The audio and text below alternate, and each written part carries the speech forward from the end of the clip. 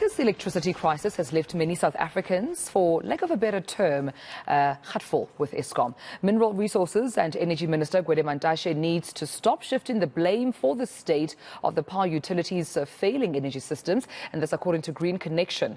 The environmental group says government is failing to, of course, in its responsibility 28 years later. Strategic lead Liziwe McDade joins me now to discuss this. Liziwe, thank you so much for your time and good morning to you.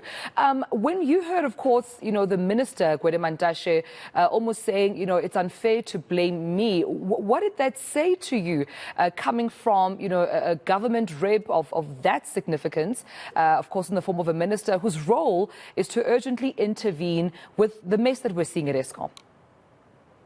So this should be the age of accountability, which means that if you don't do your job, you should be out or you should be disciplined. And what we have is a minister whose responsibility is to ensure that the country has a secure energy supply, ducking and diving. That's unacceptable. People need to step up and say, okay, I'm sorry, I made a stuff up and I'm going to put it right. But we can't have someone just keeps blaming other people. Eskom, we know Eskom's a mess. We also know Eskom's a mess because it wasn't able to do maintenance because of all the state capture that was happening, which was meaning that there was no new generation built. So the best thing to do is to ramp up new generation. The fastest way to do that is to go for renewables.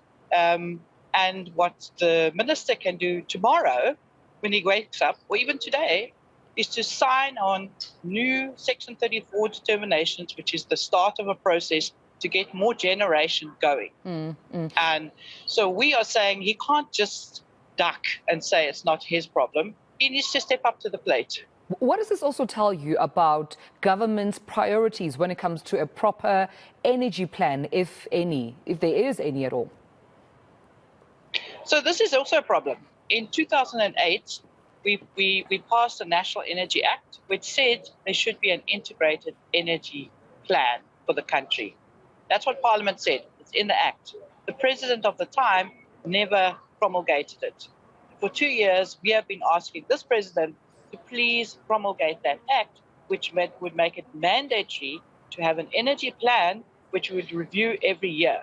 That would ensure that we're working to make sure that climate change is taken into account, the best energy choices, the most affordable electricity, all of that stuff would come into such a plan. And public participation would be key. So we, as the people of South Africa, would have our say over what our future energy plan should look like. Yeah.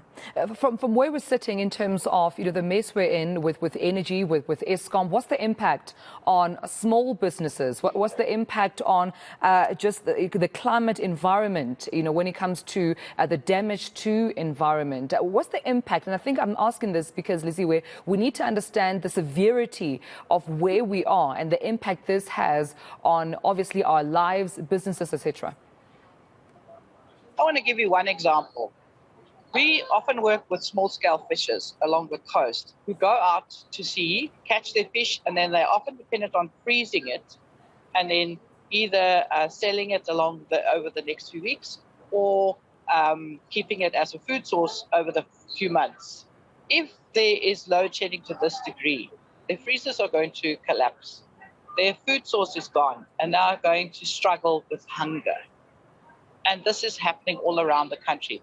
It's no good if you can't, you can buy up food, you can store it in your fridge, and then you lose that. It's all gone. So if you're a person who is buying sausages and small food vendors, all of them are really suffering at this point. And of course, it's a safety issue, particularly for women at night. If suddenly you're trying to get home and there's no street lights, there's no lights, there's nothing. And I suppose that's also part of the reason why you had made a call and a plea to President Cyril Ramaphosa, to speedily implement the integrated energy plan. You've done this as far back as 2020. How have those engagements with the president gone? Has he responded? Has his offers, responded back with any positive light as to what the plan is moving forward?